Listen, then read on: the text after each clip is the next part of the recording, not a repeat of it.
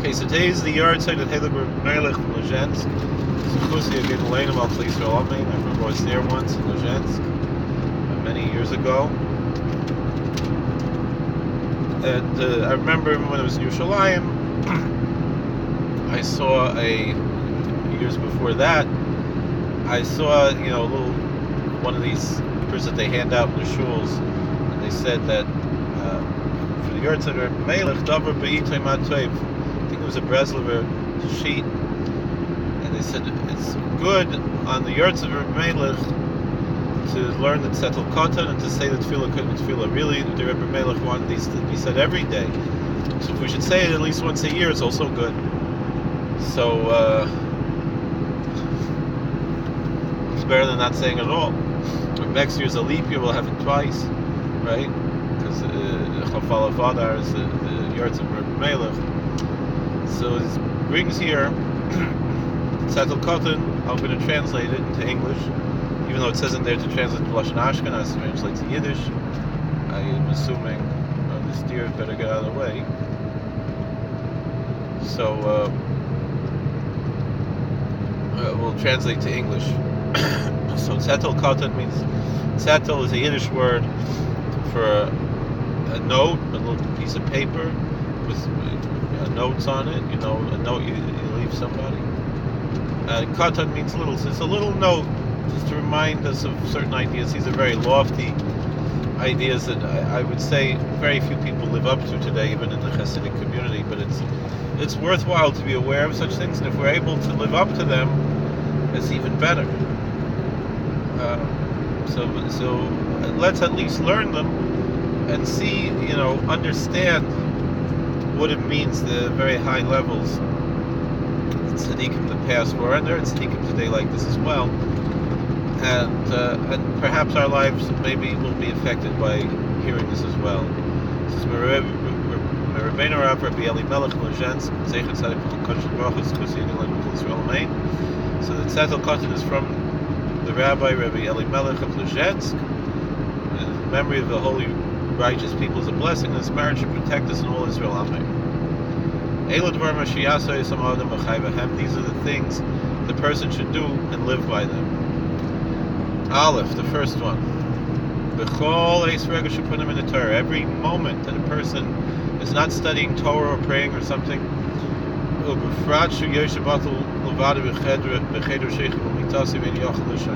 like what should you be doing if you're sitting alone in your room, or if you're trying to sleep, you can't sleep? What should one do in order? He shouldn't be wasting time. This is what he starts off with. We have to learn how not to waste time. You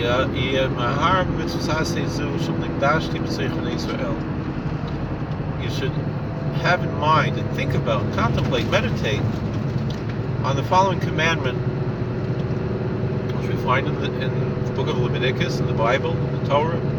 And I will be sanctified among the midst of the children of Israel. That we have an obligation to sanctify the name of God. So how does one do this? There are many ways to do this. So he's talking about perhaps the highest way is martyrdom.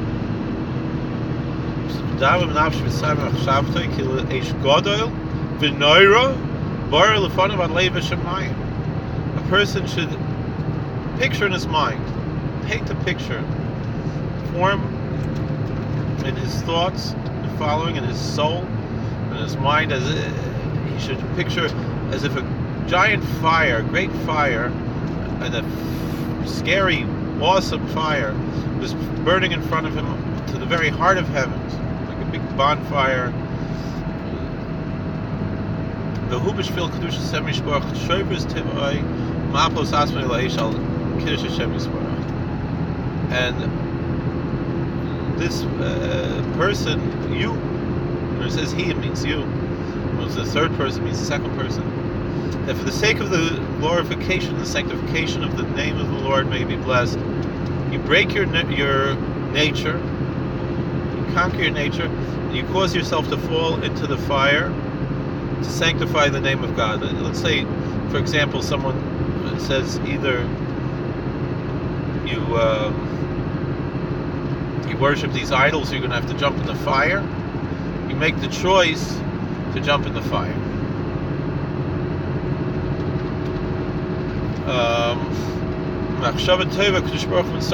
A good thought, God welds together into a deed.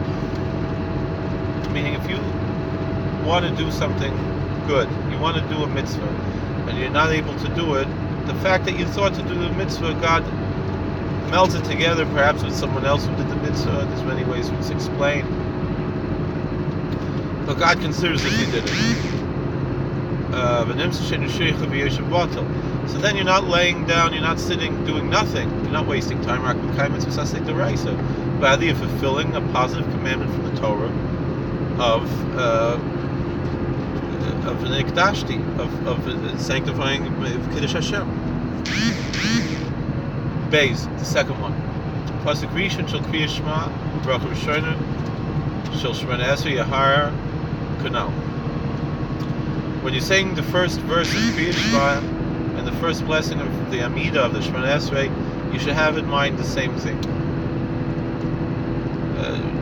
For example, if someone is going to throw you in the fire, what's the last thing you're going to do? You're going to say Shema Yisrael Hashem Elokeinu Hashem Echad, and you're going to say it with God's name.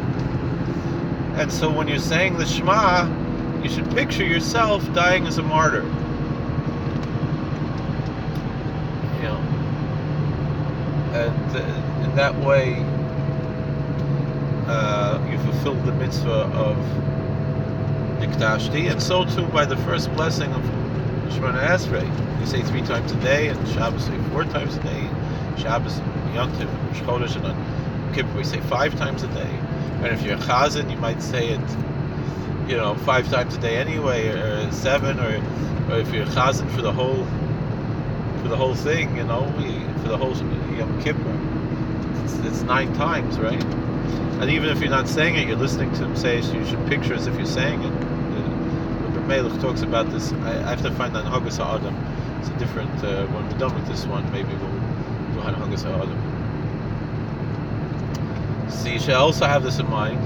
Tzaddikim say that it's specifically by the word Be'ahava, that it's maybe Goyel of Nevneim L'man Shemai Be'ahava, should bring a redeemer to his children for the sake of his name in love. When you say that word Be'ahava, in love, you should have in mind dying as a martyr.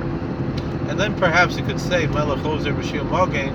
This is just my own chiddush. When it says King's Helper, Savior, and Shield, the shield aspect is shielding us, that it's enough that we do this as a mental exercise and not actually fulfill it. Although that's probably wrong to say, because we should want to fulfill this mitzvah if the opportunity arises. I guess just we should hope that the opportunity shouldn't arise. Maybe Rebbe Akiva looked forward to it. So everybody's on their own. If we're on the level of Rebbe Akiva, maybe we should look forward to it. But otherwise, maybe we should still.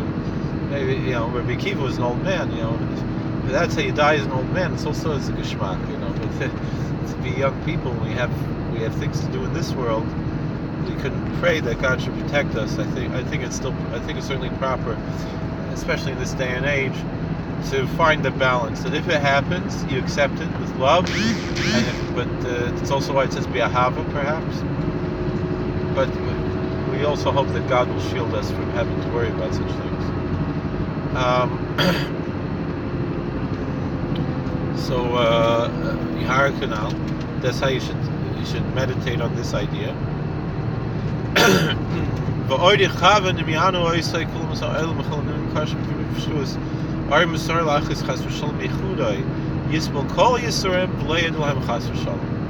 this is also talking about like the martyrdom of Rebbe Akiva.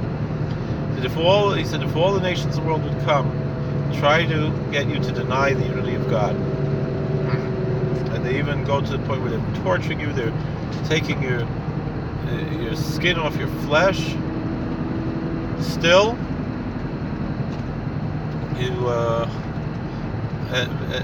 if they do it, you see, he has the chas v'sholom not on the having your skin ripped off your flesh, but rather to deny, God forbid, the unity of God. That's what's much worse, obviously, still. It's much worse to deny the unity of God than to have your flesh ripped off of your skin. Because to deny the unity of God is something that attacks the soul. That's eternal. The flesh in your skin, that's temporal. You should accept all of these. You should think in your mind you're accepting all of these pains and not admitting to them, God forbid, not agreeing with them. And you should picture this, meditate on this. Again, I don't think most people do this, or maybe even should do this these days. I think the one with the fire is a little bit easier to picture. The actual punishment and the pain and the torture is a little bit harder, I think, to meditate on. But it should have this in mind. But the amazing thing what the Rebbe Elimelech says is that if this is what you do, when you're mentioning the unity of God, that you picture being tortured as a martyr, and then you fulfill your obligations of Kriya Shema and prayer according to the law. Meaning you're not going above and beyond the law. You're basically fulfilling the law. That's pretty scary. That's what the Rebbe Elimelech says. You think about this, how many people, would just say the words, which is also good. It's better than not saying the words. But to go through all of this and have these things in mind, it's something we have to be involved in. Weiter, Gimel. Number 3. He's still going on with this martyrdom meditation. That when one is eating or one is involved with marital relations, husband and wife together,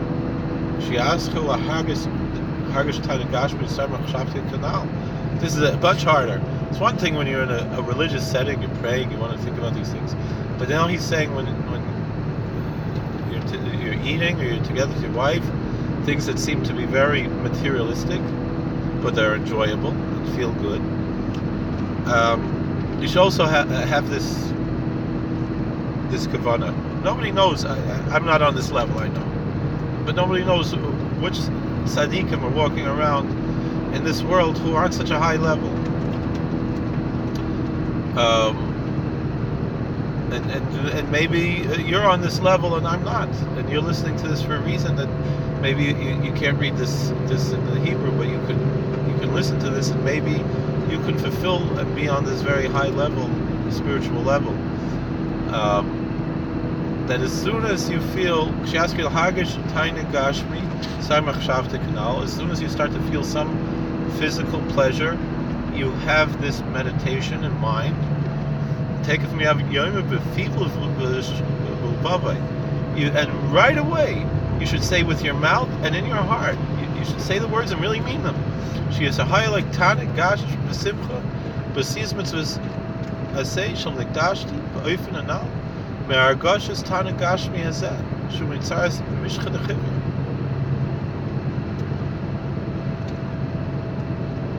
You should say that you have more delight and joy of fulfilling this commandment and I am sanctified in this way that's mentioned, meaning to meditate upon martyrdom, than feeling this experience of physical pleasure which comes from the leprosy of the skin of the snake. That's whatever it means. It sounds pretty bad, right? And this is what you should say. You want proof of this? There's a proof.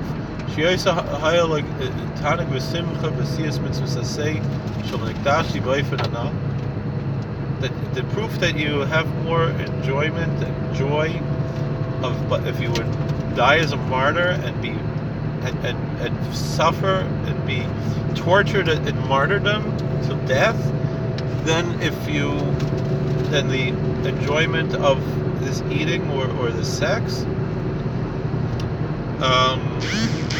shefilu hayochayt von oiser roitzche be'emsa achilu v'zivug la'asei sloi hainuyim kosher.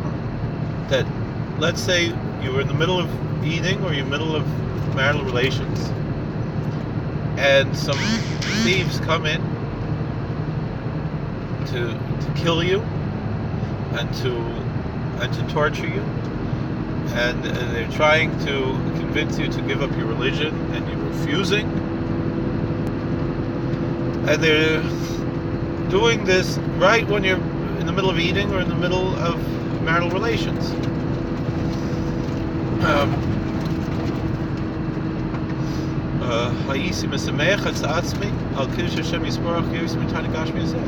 I would cause myself to have more joy in fulfilling this commandment of martyrdom than the physical pleasure that I have from these physical acts, even though those acts are also mitzvahs.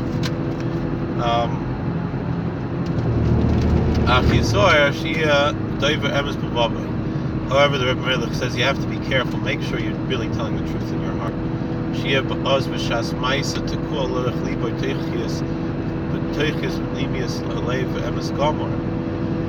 That when you're doing this, and this should be beaten into the tablet of your heart with total truth, and the deepest parts of your heart. You shouldn't fool yourself. As if you're trying to fool God, trying to fool to steal the mind of the one above. We need to fool God. God forbid. That's so. Don't.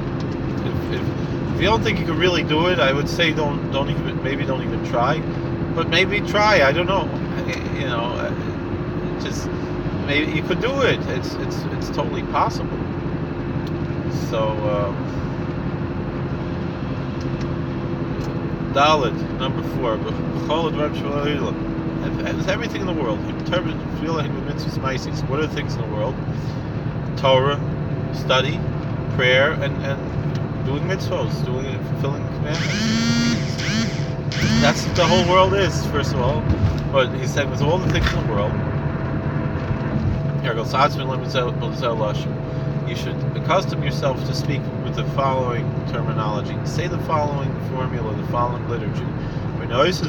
Behold, I do this, for the sake of the unification of the Holy One, blessed be He, in His presence, meaning the hidden aspect of God and the revealed aspect of God, to basically demonstrate that it's all one, and that there is no separate, nothing is separate, everything is total unity with God. That's why the last is nachas ruach lebaris ruach shmoyim, to give satisfaction, nachas, right? This is a Yiddish word people know, it's a Hebrew word, nachas. To give nachas, to give satisfaction, that God should be proud of us. To give satisfaction to God, to the blessed Creator, may His name be blessed. So the Rebbe Melech says that we should be careful to say this with the innermost feelings of our hearts. And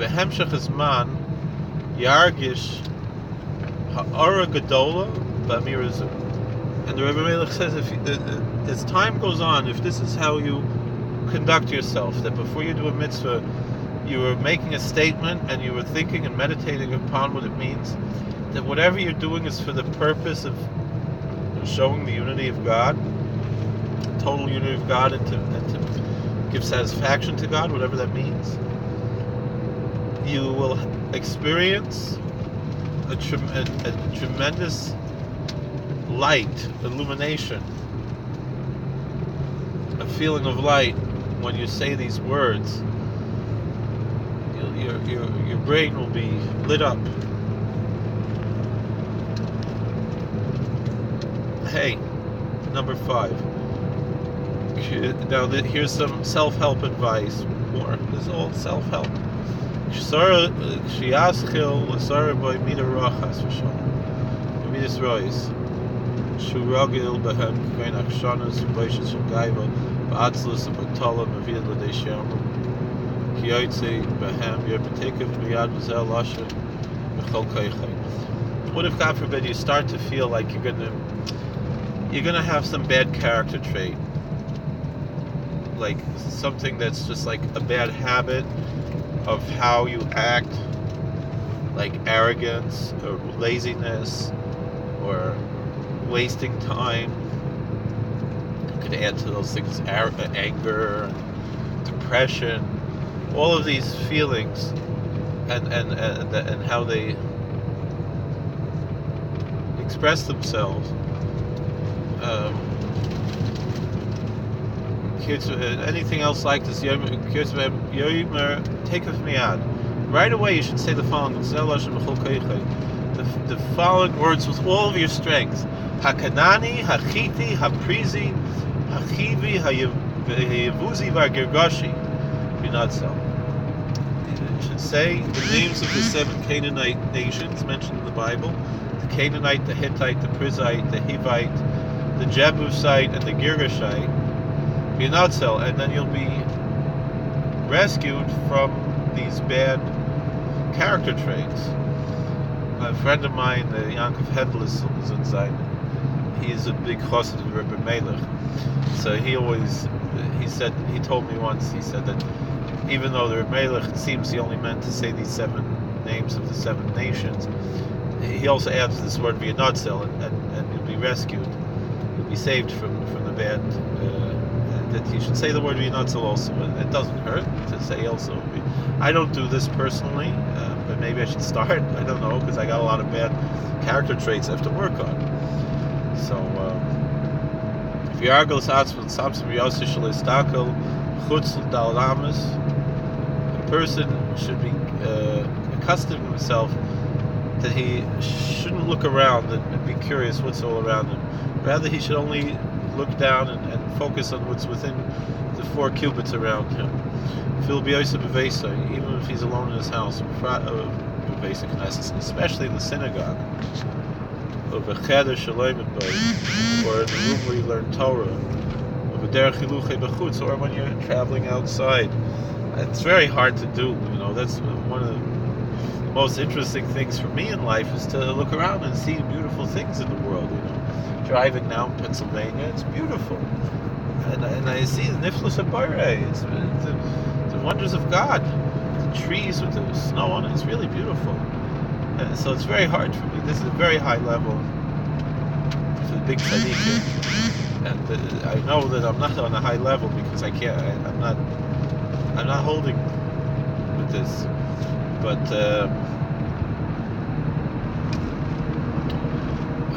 So the same thing when you're out in the street, don't look around. This is what the Rebbe is saying again. I don't expect people to actually. I don't think most people in the world, Hasidic people, Elimelech and white socks, really aren't following these things. Even tzaddikim, even Rebbes. It's just the point is to understand what kind of high levels exist in the world, and there are tzaddikim like this. I know some. I've known some, and I've met some. I don't know. I can't say I really know them because they're really quite unknowable. But I've met them.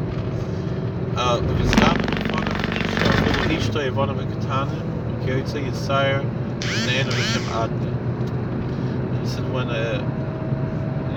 you happen to see a woman, even your own wife or your daughters, you should, my text from my wife, you should look in your eyes, picture before your eyes the name of God, how we pronounce it. Sometimes it's spelled like that in Scripture. The name of the Lord, the name Adonai, Aleph, and the Dalet, and Nun, Yud.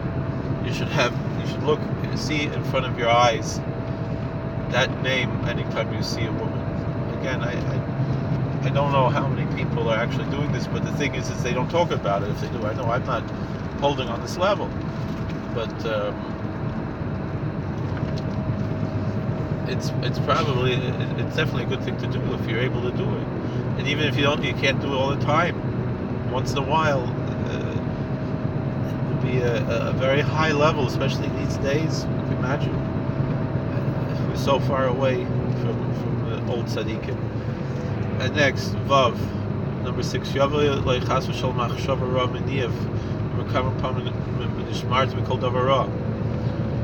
God forbid a person has thoughts of adultery or pornographic thoughts and so forth, you should say over and over again, and you should guard yourself from all evil, from every evil thing. It's very hard to, for people to even think about these things, even trying to fight in this day and age with kind of temptations we have in the world. V'haraz b'drashas chazal shedarshu olav shalei adam b'yoyim like carry b'layla. Also, a person should think of what the sages say. The person should not think sexual thoughts by the day and come to have an emission at night, against his will, the dream. Not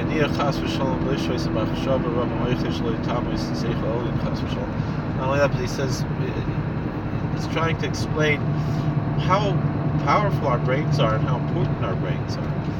That if we allow these thoughts to remain in our head for too long and we think too much about them, we don't try to push them out of our head, we wind up defiling the intelligence, the brain, the mind of above, the supernal brain. Is this the right way? I think it is. Meaning the mind of God, essentially, because we're all part of God. So if the things we think about are connected to what God puts in our brain, and if we think about the wrong things, it defiles that gift that God gives us. That's very hard to.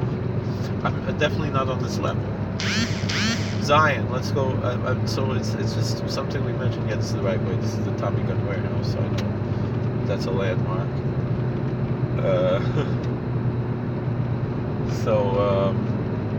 Zion.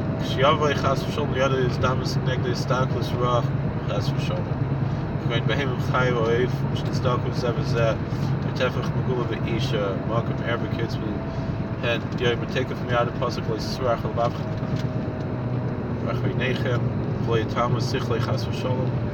if a person sees something not supposed to see, animals who are mating, not allowed to look at that according to Shulchan Aruch, and a woman who's not dressed, her body isn't covered,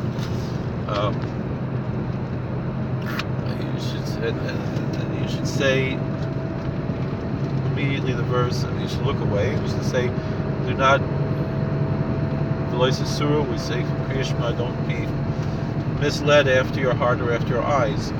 And again he says, be careful not to pollute your mind. These are very high levels, but again these are self-help that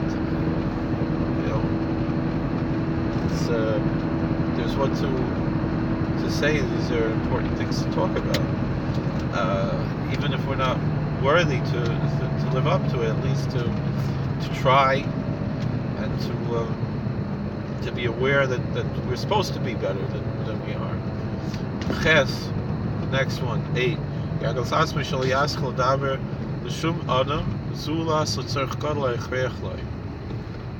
This is also very difficult. Some of these are so difficult, such difficult things, but people can live up to them. It's tremendous. A person should accustom himself not to start any conversations with anybody unless you really have to.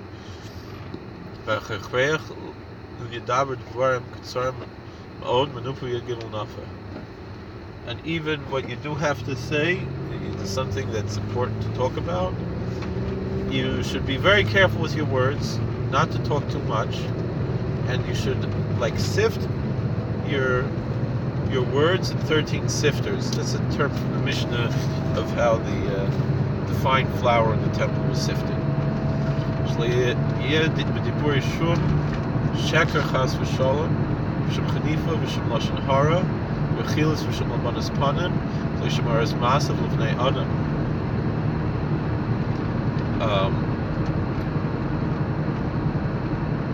It says that you have to measure your words, sift out your words, be careful what you say, to make sure that you don't have any words of falsehood, lies. You shouldn't tell any lies. You shouldn't be flattering people who don't deserve flattery. You shouldn't be saying lashon hara. You shouldn't be saying any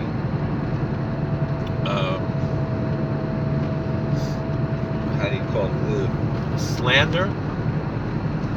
It's literally evil speech. Rechilas, tale-bearing, even if it's making up lies about people. And lashon hara is even if it's true.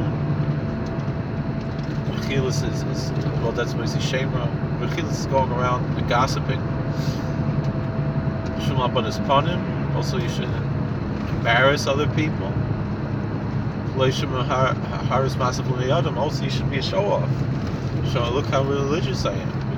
I was kind of nervous to even make this video right now because I felt like it's like being a show-off, but that this is a practice I have to learn this on the Yahrzeit of Elimelech. On the other hand, I felt it's useful, at least even to myself. I just want to listen to it later, and it may be useful to other people, especially if you never learned the Tzetel Katan, and it's something you can learn over and over again. I mean, people might watch this video. Oh, road closed. So where do I go?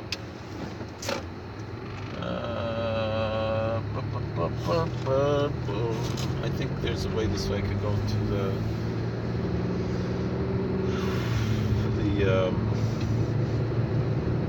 what's the name of that bridge? The Roebling Bridge, right? So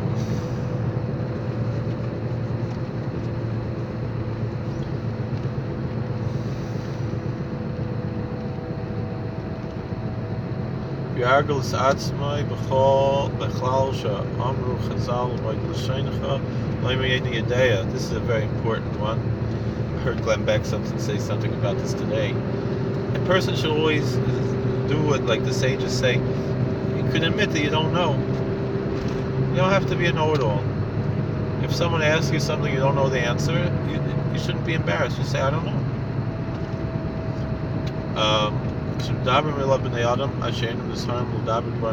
Even if you do know, you could say I don't know. It seems the Chazal say like that. I think that's why he's specifically, the Rebbe Elimelech is saying specifically that this is what the sages say, as opposed to just saying, say I don't know, because the sages say that sometimes even if you know something, you're allowed to say I don't know.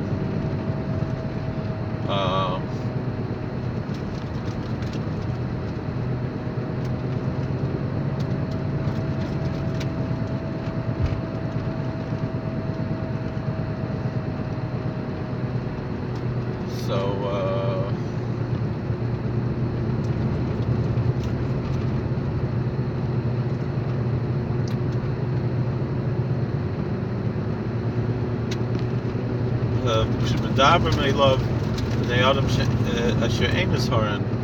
Daber to one tell me Ashman Satzwe Behem.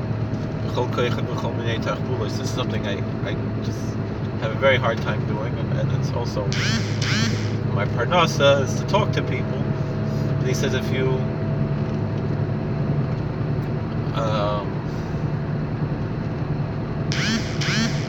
people talk to you who aren't careful to speaking empty words,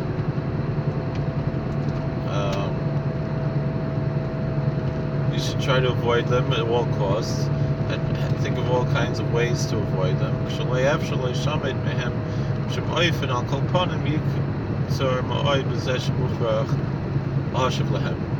if you can't avoid them, just say basically what you have to say, and don't say any more. Again, this is not me.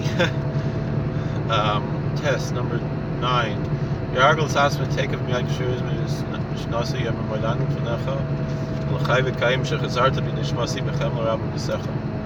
have your seller.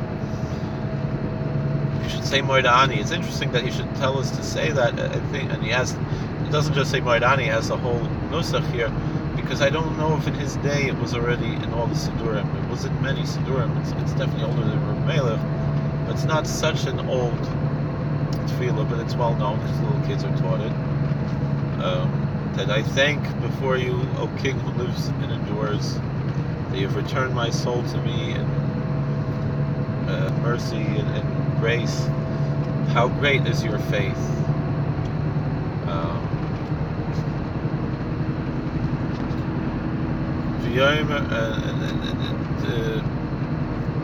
Since this doesn't have the name of God in it, you're allowed to say it before you wash your hands.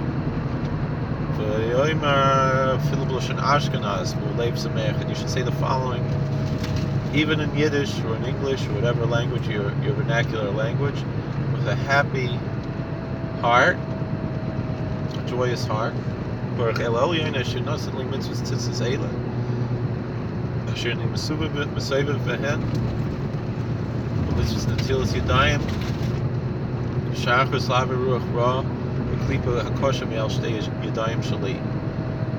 Blessed is Most High God, who gave me the mitzvah of tzitzis, which I am surrounded by, and the mitzvah, the commandment of washing the hands in the morning, which removes the very thick shell, the hard shell, the hard husk, it's the evil spirit and the hard husk. The hard, meaning the very difficult force of evil that sits on the hands. It takes it off the 2 hands when you wash your hands in the morning.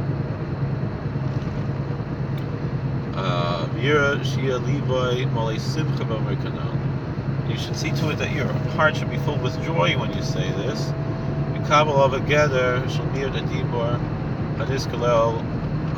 And also you should accept upon yourself to try not to talk too much, as we mentioned above in number 8. Alright, 10. Yud, 10. Yizar moed basmodas halimut shirun kisidron. Take of miadachakumim mishnasai. A person should be careful that right away when he wakes up in the morning, he should immediately go and learn Torah. And it seems like he's meaning you should wake up really in the middle of the night when it's still dark. Tzetel Katan, and he said you should immediately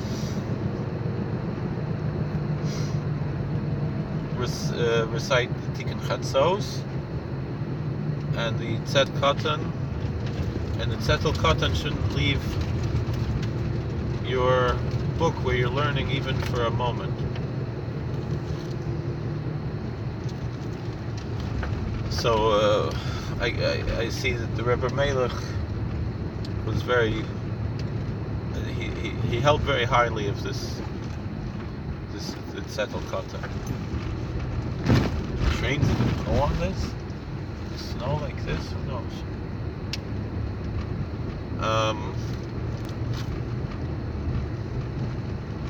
Where's the Roebling Bridge up here, isn't it? Oh, there it is.